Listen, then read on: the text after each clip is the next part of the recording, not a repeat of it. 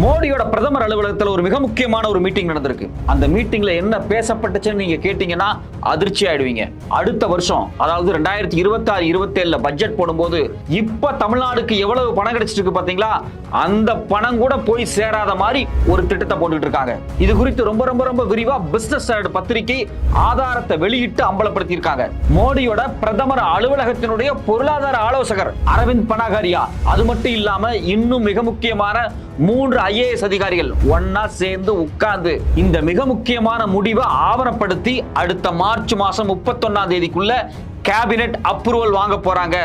அந்த கையெழுத்த மோடி அரசாங்கமும் கேபினெட் அமைச்சகம் போட்டுட்டாங்கன்னா தமிழ்நாட்டுக்கு இப்ப கிடைச்சிட்டு இருக்கக்கூடிய நிதி இருக்கு பாத்தீங்களா, இதுல ஒரு பெரும் தொகையை ஒட்டுமொத்தமா இல்லாம பண்ண போறாங்க. இந்த அரவிந்த் பனாகரியா தலைமையில் நடந்த கூட்டம் எப்ப நடந்துச்சு, அதுல என்னென்ன முடிவுகள் எடுக்கப்பட்டிருக்கு, இதனால எந்தெந்த மாநிலம் எல்லாம் பாதிக்கப்பட போகுது.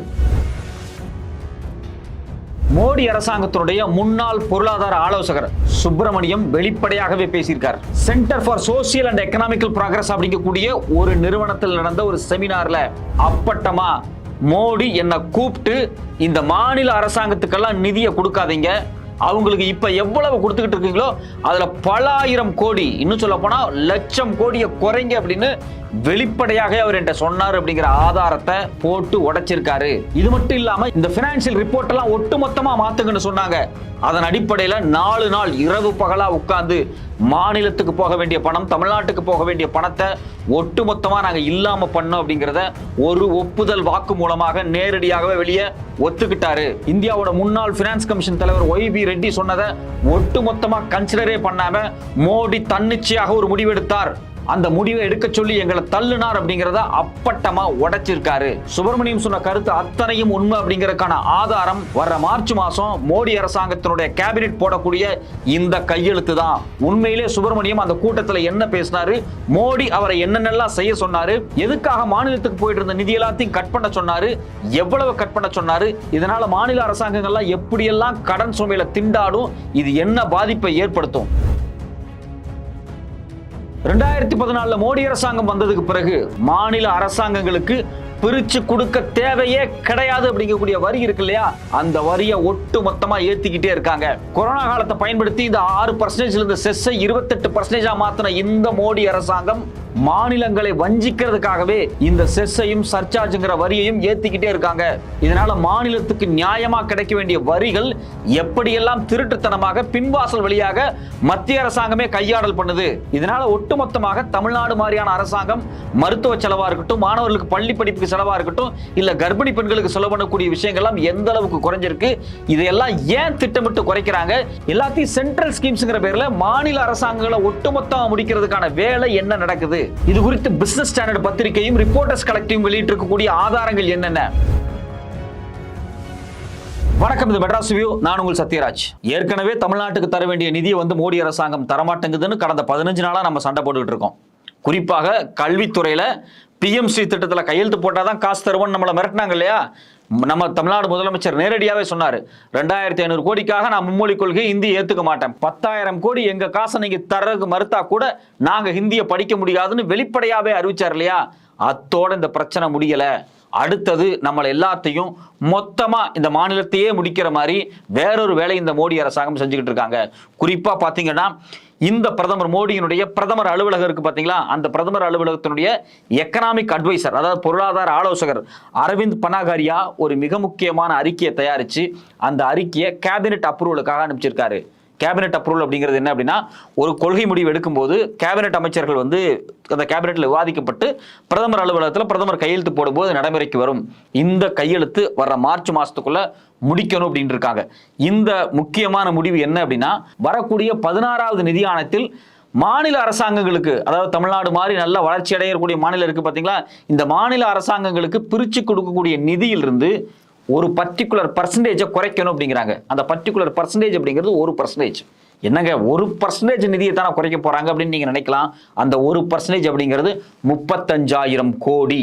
அதாவது காலங்காலமாக பினான்ஸ் கமிஷன் சொல்லக்கூடிய 41% அப்படிங்கிற காசை இவங்க 40% குறைக்கிறேன் அப்படிங்கிறாங்க. ஏற்கனவே இங்க ஒரு பெரிய பிரச்சனை போயிட்டு இருக்கு. என்ன பிரச்சனை அப்படின்னா, பினான்ஸ் கமிஷன் என்ன சொல்லுது அப்படின்னா, 42% நிதியை பிரிச்சு கொடுங்க மாநிலங்களுக்கு அப்படின்னு முதல்ல இருந்தே சொன்னாங்க. இவங்க 41% சொன்னாங்க. ஆனா இந்த 41% கடந்த 10 வருஷமா நமக்கு வருதானா? கிடையாது. ஆவரேஜா பாத்தீங்க அப்படின்னா கடந்த 10 ஆண்டுகளில் 35%, குறிப்பாக 15வது நிதி குழுமம் சொன்ன எந்த ரெக்கமெண்டேஷனையுமே மோடி அரசாங்கம் கேட்கல. 41% தமிழ்நாட்டுக்கு நிதியை பிரிச்சு கொடுங்கன்னு சொன்னாங்க. ஆனா இந்த 10 வருஷம் டேட்டா எடுத்து பாருங்க, 35% கூட நமக்கு சரியா வரல. அப்ப ஏற்கனவே 35% தான் ஃபாலோ பண்றான், அதுக்கு கீழே தான் நம்ம கொடுத்துக்கிட்டு இருக்கான். இப்போ 41ங்கிற ஸ்டாண்டர்டையும் 40ன்னு குறைச்சா இன்னும் இந்த 35 அப்படிங்கிறது 30 வரைக்கும் குறையும். அப்போ ஒட்டுமொத்தமாக மாநிலத்துக்கு வரக்கூடிய நிதி படிப்படியா குறைக்கப்படும். இதுக்கு ஒரு ரெக்கமெண்டேஷன், இதுக்கு ஒரு பொருளாதார ஆலோசகர் அவர் ஒரு அறிக்கையை தயாரிச்சிருக்காரு. அந்த அறிக்கையை கேபினெட்ல கொடுத்து வர்ற மார்ச் மாசம் கையெழுத்து போட போறாங்க. இது எல்லாத்தையும் ஒட்டுமொத்தமா எடுத்து வச்சு பார்க்கும்போது இந்தியாவில் மாநிலமே இருக்கக்கூடாது அப்படின்னு நினைக்கிறாங்களா அப்படிங்கிற ஒரு கேள்விதான் நமக்கு வருது. வெளிப்படையா பாத்தீங்கன்னா இந்தியா அப்படிங்கிறது மாநிலத்தின் ஒன்றியம், யூனியன் ஆஃப் ஸ்டேட்ஸ். மத்திய அரசாங்கம் அப்படின்னு ஒரு தனி அரசாங்கம்லாம் கிடையாது. இப்போ மத்திய அரசாங்கத்திட்ட வரி வருது இல்ல, அந்த வரி யார் கொடுக்குறான்? தமிழன் கொடுக்குறான், காஷ்மீரி கொடுக்குறான், அஸ்ஸாமி கொடுக்குறான், குஜராத்தி கொடுக்குறான், மராத்தி கொடுக்குறான். அப்போ ஒவ்வொரு மாநிலத்தை சார்ந்தவன் நிதியை கொடுக்குறான். அந்த நிதியை நீ திருப்பி கொடுக்கணும். சரி, எதன் அடிப்படையில் நீ திருப்பி கொடுக்குற? யார் சொல்லி திருப்பி கொடுக்குற? அதுக்கு ஒரு கமிஷன் வச்சிருக்க. அந்த கமிஷன் பேர் ஃபினான்ஸ் கமிஷன். இந்த ஃபினான்ஸ் கமிஷனுடைய வேலை என்ன? 5 ஆண்டுகளுக்கு ஒரு தடவை உட்கார்ந்து எவ்வளவு பர்சன்டேஜ் மாநிலத்துக்கு பணம் கொடுக்கணும் அப்படிங்கறத முடிவு பண்ணக்கூடிய இடம். ஏற்கனவே இந்த ஃபினான்ஸ் கமிஷன் என்ன பண்ணிருக்கு? பல கால்குலேஷன்ஸ் வச்சிருக்காங்க. அதுல வந்து பல வெர்டிகல், ஹரிசாண்டல் டைமென்ஷன்ஸ், டிவாலுவேஷன்ஸ் இருக்கு. இந்த டிவாலுவேஷன்ஸ்ல இவங்க வைக்கக்கூடிய முக்கியமான விஷயம் என்ன சொல்றாங்க அப்படின்னா, மக்கள் தொகையின் அடிப்படையில் பிரிக்க வேண்டும்னு ஒரு போர்ஷனை கொண்டு வந்து உள்ள வைக்கிறீங்க. அதே அநியாயம். நாங்க மக்கள் தொகை குறைஞ்சிருக்கு. ஏன் குறைஞ்சிருக்கு? 1970ல குடும்ப கட்டுப்பாடு திட்டம் கொண்டு வந்ததால எங்க மக்கள் தொகை குறைஞ்சிச்சு. அன்னைக்கு பாத்தீங்கன்னா இந்திய மக்கள் தொகையில 27% இருந்த தென்னிந்திய மாநிலம் இப்ப 19% தான் இருக்கு. அப்ப அதன் அடிப்படையில நிதியை கொடுக்கறது நீங்க குறைக்கிறீங்க. அது ஒரு மிகப்பெரிய தப்பு.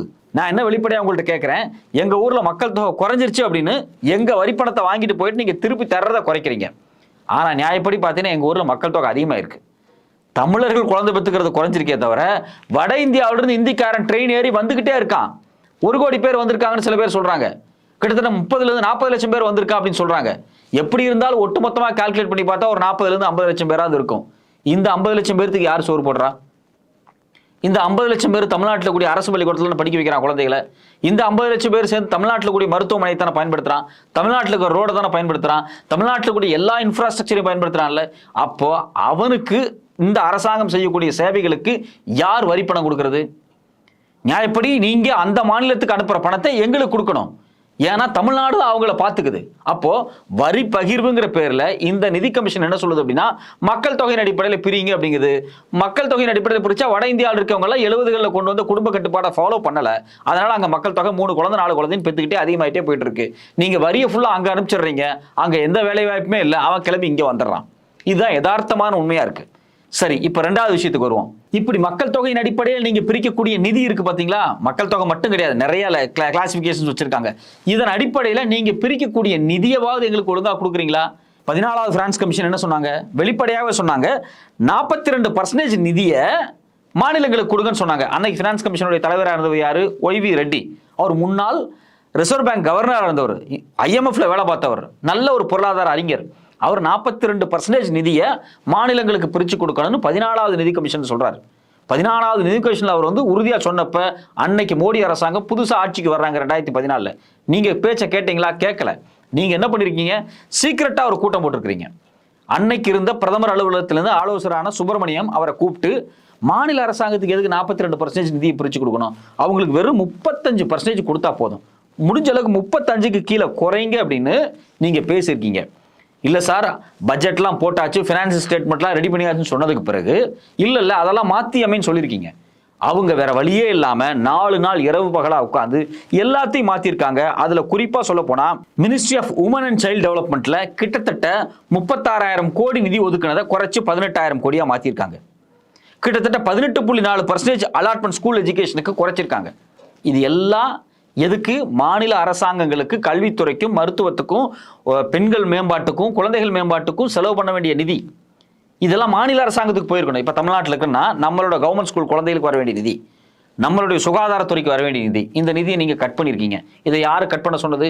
நேரடியாகவே மோடி சொல்லி நாங்க எல்லாத்தையும் மாத்தினோம்னு சுப்பிரமணியம் வெளிப்படையாகவே வந்து போன ஆண்டு வந்து ஒரு கூட்டத்தில் பேசியிருக்காரு. அதனுடைய ஆதாரம் centre for social and economic progress அப்படிங்கிற போட்டு சுப்பிரமணியம் ஸ்பீச்னு போட்டு தேடி பாருங்க. சுப்பிரமணியம் என்ன பேசினாரு அப்படிங்கிறது வெளிப்படையாவே தெரியும். அதன் அடிப்படையில் ஒய்பி ரெட்டியை கொடுத்த ரெக்கமெண்டேஷன்ஸ் நீங்க காலி பண்ணீங்க. இது 14th ஃபினான்ஸ் கமிஷனுடைய ரிப்போர்ட். அப்போ 14th ஃபினான்ஸ் கமிஷன்ல 42% நீ கொடுன்னு சொன்னா அந்த பணத்தை நீ கொடுக்காம நீ 35% குறைக்கிறதுக்காக உள்ள இருக்கக்கூடிய ப்ரோக்ராம்ஸ்ல எல்லாத்தையும் பணத்தை நீங்க குறைச்சிருக்கீங்க. குறிப்பாக தமிழ்நாட்டு மக்கள், தென்னிந்திய மக்களுடைய குழந்தைகள், பெண்கள் இவங்களுடைய மேம்பாட்டுக்கான நிதியை நீங்க குறைச்சிருக்கீங்க. இது அப்பட்டமா அவரே வெளிப்படுத்திட்டார். அவர் முன்னாள் பிரதமர் ஆலோசகர். முடிஞ்சா நீங்க அவர் மேல போய் கேஸ் போட்டுங்க, அவர் போய் பேசியிருந்தாருன்னா. ஏன்னா இவர் பேசின எல்லா ஆதாரத்தையுமே மெட்டீரியலோட, கடிதங்களோட ரிப்போர்ட்டர்ஸ் கலெக்டிவ் அப்படிங்கக்கூடிய பத்திரிகையை அம்பலப்படுத்திட்டாங்க. அப்போ நீங்க பேசுனது உண்மை. அதன் அடிப்படையில் நீங்க மாநிலத்துக்கு நிதி கொடுக்க கூடாதுன்னு 2014 ஆட்சி அதிகாரத்துக்கு வந்தோடனே நீங்க முடிவு பண்ணிட்டீங்க. அதன் அடிப்படையில் தான் நீங்க என்ன பண்றீங்க, கொஞ்சம் கொஞ்சமா மாநிலத்துக்கு போக வேண்டிய பர்சன்டேஜை குறைச்சிக்கிட்டே இருக்கீங்க. 42%ன்னு 14வது நிதி கமிஷன் சொல்லிச்சு. பணம் கொடுத்தீங்களா? 35லே நிக்கிறீங்க. சரி, அடுத்த ஆண்டு நீங்களே குறைக்கிறீங்க. 15வது ஃபினான்ஸ் கமிஷன் 41% சொல்லிச்சு. இந்த 41% நீங்க கொடுத்துடணுமா இல்லையா? அதுல நீங்க 33% தான் கொடுக்குறீங்க. இப்போ வெளிப்படையாவே கொள்கை முடிவாவே எடுக்கிறீங்க. எதுக்குடா மாநிலத்துக்கு காசு கொடுக்கணும்? 41% எல்லாம் வேண்டாம், நீ 40ன்னு போடு. அதுக்கு அடுத்த வருஷம் அதை 39ன்னு குறைப்போம். அதுக்கு அடுத்த வருஷம் 38ன்னு குறைப்போம். அப்புறம் கொஞ்சம் கொஞ்சமாக குறைச்சி 20% கொண்டு வந்துருங்கிற ஐடியாவில் தான் நீங்கள் படிப்படியாக ஒவ்வொரு ஆண்டு ஒவ்வொரு பர்சன்டேஜாக குறைக்கிறீங்க.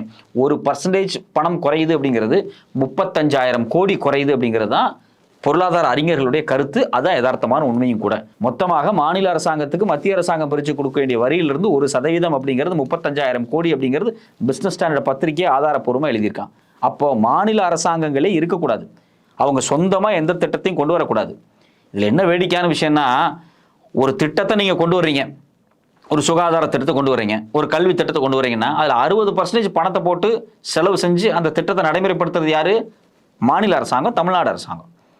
நீங்கள் ஒரு மெட்ரோ திட்டத்தை கொண்டு வரீங்களா, பாதிக்கு பாதி காசு நாங்கள் தான் போடுறோம். ஒரு கல்வியில் ஒரு திட்டத்தை கொண்டு வரீங்களா, நாங்கள் தான் காசு போட்டுக்கிட்டு இருக்கோம். ஏற்கனவே நீங்கள் ஒதுக்குற ஃபண்டு எங்களுக்கு பத்தாமல் மாநில ஃபண்டிலிருந்து தான் நாங்கள் வேலை செஞ்சுக்கிட்டு இருக்கோம். இப்போ நீங்கள் நியாயமாக ஒதுக்க வேண்டிய ஃபண்டை குறைச்சிங்க அப்படின்னா எப்படி குழந்தைகள் படிப்பாங்க, எப்படி பெண்களுக்கான சுகாதார மேம்பாடெல்லாம் கிடைக்கும்? அப்போ ஒட்டுமொத்தமாக மாநிலம் இதெல்லாம் நடைமுறைப்படுத்தணும். ஆனால் பணம் இல்லாமல் கஷ்டப்படணும், திண்டாடணும், மத்திய அரசாங்கத்திட்ட கை நீண்டி நிற்கணும்.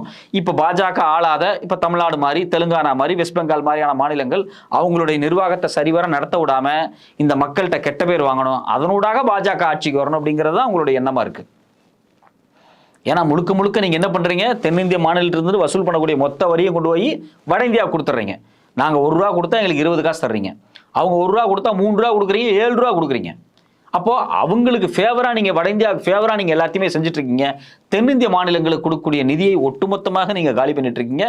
நியாயமாக கிடைக்க வேண்டிய நிதியும் கொடுக்கக்கூடாது நீங்கள் நினைக்கிறீங்க. இது எல்லாம் ஒரு பக்கம் இருக்கும். அதாவது இதெல்லாமே நான் பேசிகிட்டு இருந்தது, இவ்வளோ நேரம் பேசுனது எல்லாமே மாநிலத்துக்கு பிரித்து கொடுக்க வேண்டிய நிதி. இந்த மாநிலத்துக்கு பிரித்து கொடுக்க வேண்டிய நிதி நீங்கள் இந்த அளவுக்கு வஞ்சகம் பண்ணிட்டு இருக்கீங்க. இன்னொரு பக்கம் மாநிலத்துக்கு சில நிதியை நீங்கள் பிரிச்சே கொடுக்க வேண்டியது கிடையாது. Chess and surcharge. இந்த செஸ்ஸும் சர்சார்ஜும் பார்த்தீங்க அப்படின்னா மாநிலத்துக்கு உங்க பிரித்து கொடுக்க வேண்டியது கிடையாது. செஸ்ஸுங்கிறது வேற ஒன்றும் கிடையாது, ஒரு குறிப்பிட்ட துறைக்காக போடப்படக்கூடிய வரி, அவ்வளோதான். இப்போ விவசாயத்துக்காக ஒரு செஸ், அது விவசாயத்துக்கு மட்டும் செலவு பண்ணப்படும். பள்ளி குழந்தைகளுக்காக ஒரு செஸ், அதாவது எஜுகேஷன் டிபார்ட்மெண்ட்டுக்காக, அது எஜுகேஷனுக்கு மட்டும் செலவு பண்ணப்படும். இப்படி ஒவ்வொரு துறைக்கு ஏற்ற மாதிரி ஒரு செஸ்ஸை போடுறீங்க. ரோடு டெவலப்மெண்ட்னு சொல்லி டிரான்ஸ்போர்ட் டிபார்ட்மெண்ட்டில் ஒரு செஸ்ஸை போடுறீங்க, அது ரோடு டெவலப்மெண்ட் மட்டும் பயன்படுத்தணும். இந்த செஸ்ஸுங்கிற போட்டு பணம் வசூல் பண்ணுறீங்க பார்த்தியா ஒரு வரியை, அந்த வரியை நீங்கள் திருப்பி தர வேண்டியது இல்லை அப்படின்னு கான்ஸ்டியூஷனில் 2000 இவங்க மாற்றிட்டாங்க. யாரு? காங்கிரஸ் காலத்திலேயே மாற்றப்பட்டிருக்கு. சரி, அந்த செஸ்ஸை எதுக்கு அதிகப்படுத்திக்கிட்டே இருக்கீங்க? கிட்டத்தட்ட 6%லேருந்து கொரோனா காலத்தில் 28% போய் இன்னைக்கு 15-20% மேலே தாண்டி போயிட்டே இருக்குல்ல. இதை எதுக்கு அதிகப்படுத்துறீங்க? இந்த செஸ்ஸை யார் கட்டுறா? இந்த மக்கள் தானே கட்டுறாங்க. இந்த மக்களுக்கு நீங்கள் திருப்பி கொடுக்காத வரியை அதிகப்படுத்திட்டே போறீங்க. திருப்பி கொடுக்க வேண்டிய வரியை நீங்கள் எங்களுக்கு தரமாட்டேங்கிறீங்க. அப்போ ஏதோ ஒரு வகையில் ஒட்டுமொத்தமாக மாநிலங்களே இருக்கக்கூடாது, மக்கள் தலையில் வரி சுமை விழுகணும், மக்கள் எல்லாம் கஷ்டப்படணும், மாநிலங்கள் எல்லாமே மத்திய கைகட்டி நின்று கெஞ்சி கூத்தாடி ஒரு அடிமை மாதிரி சென்ட்ரல் கவர்மெண்ட் கீழே நிற்கணும் அப்படிங்கிறதுக்காக நீங்கள் சில திட்டத்தை போடுறீங்க. குறிப்பாக இந்த அடுத்த வருஷம் 26-27 இந்த போடக்கூடிய பட்ஜெட்டில் 41லேருந்து 40 குறைக்கிறதுக்கான அஜெண்டாவே இதுதான். அப்போ ஒட்டுமொத்தமாக பார்த்தா உங்களுடைய எண்ணமே என்னவா இருக்கு அப்படின்னா, மாநில அரசாங்கங்கள் ஒன்றுமே இருக்கக்கூடாது, அவெல்லாம் கடனில் திண்டாடணும். அப்படி கடனில் திண்டாடும் போது முழுக்க முழுக்க முழுக்க மத்திய அரசாங்கத்தில் அவனை சரண்டர் பண்ண வச்சு இந்தியாவில் மாநிலத்துக்குன்னு அதிகாரமே இல்லாமல் ஒட்டுமொத்தமாக பண்ணணும். முதல்ல ஃபினான்ஸில் கை வைக்கணும், அடுத்தது ஒவ்வொரு டிபார்ட்மெண்ட்டாக கை வச்சு மாநில அரசாங்கங்களை அழித்தொழிக்கிற வேலை நீங்கள் பார்க்குறீங்க. உங்களுடைய குருநாதரான ஆர்எஸ்எஸ்னுடைய தலைவராக இருந்த கோல்வால்கர் அவருடைய ஞானகங்கையில் புத்தகத்தில் எழுதியிருக்காரு, இந்தியாவில் மாநிலம்னு ஒன்று இருக்கவே கூடாது, மாநிலத்துக்கு ஒரு அரசாங்கமே இருக்கக்கூடாது, மாநிலத்துக்கு ஒரு முதலமைச்சரே இருக்கக்கூடாது, இந்த செட்டப்பே தேவையில்லை, ஒரே நாடு இருக்கணும், ஒரு பார்லிமெண்ட் இருக்கணும், ஒரு பிரதமர் இருக்கணும், அவ்வளோதான் அப்படின்னு மன்னராட்சியை உருவாக்குறதுக்காகவே ஒரு கான்ஸ்டியூஷன் அவர் எழுதி வச்சிருக்காரு. அதை நீங்கள் நடைமுறைப்படுத்துறீங்க. அதனுடைய அடுத்த கட்ட நடவடிக்கை தான் வர 26-27 இந்த பொருளாதார செயலாளர் அரவிந்த் பினராயி கொடுத்த அறிக்கையின் அடிப்படையில், கேபினெட் அப்ரூவல் அடிப்படையில் மாநிலத்துக்கு போகிற நிதியை நீங்கள் குறைக்க முயற்சி பண்ணுறீங்க.